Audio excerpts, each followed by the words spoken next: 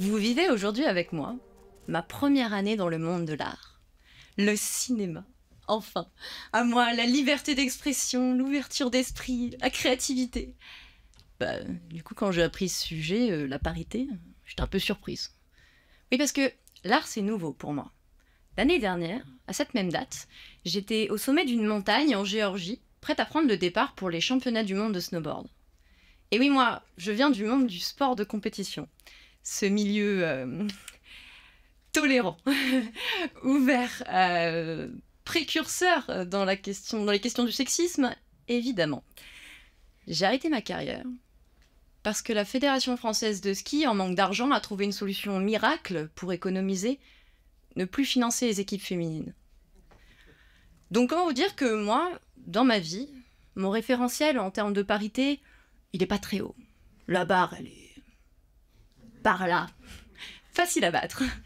Dubitative, donc face à la question de la parité dans le cinéma, j'ai fait quelques recherches et je suis tombée sur cette étude du CNC datant de 2022. Laissez-moi vous partager ces quelques merveilleux chiffres.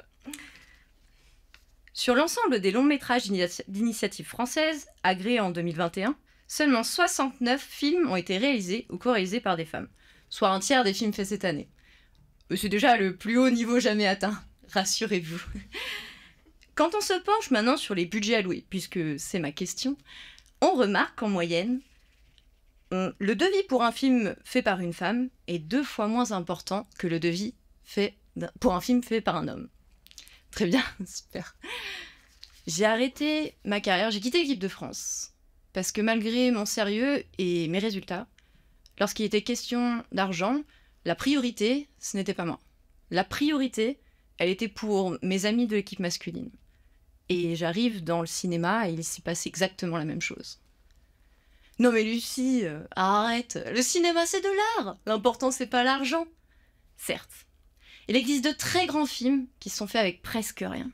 Mais ce sont souvent des films dits d'auteurs, qui disent de grandes choses, oui, mais ont du mal à trouver leur public. Et moi, je veux des réalisatrices à la tête de blockbusters. Moi, je veux des films de super-héroïnes qui sauvent le monde à coups d'explosions et de discours flamboyants, faits par des femmes. Parce que ces films, ce sont ceux-là qui touchent le plus grand public. Parce que ces films, quand tu viens d'un petit village perdu au milieu de la montagne, ce sont les seuls qui passent dans le cinéma de la vallée.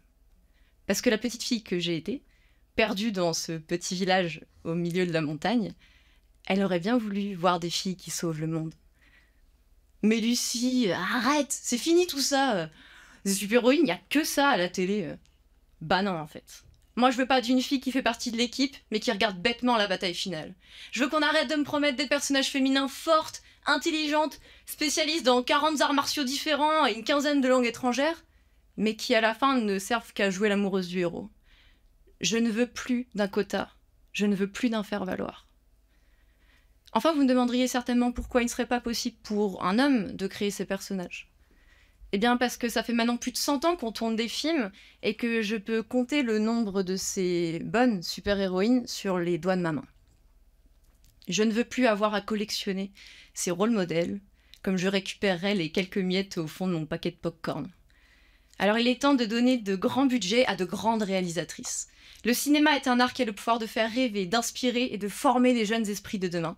Et moi, je rêve que demain, des petites filles perdues au milieu de leur montagne grandissent avec de grandes héroïnes sur de grands écrans. Merci.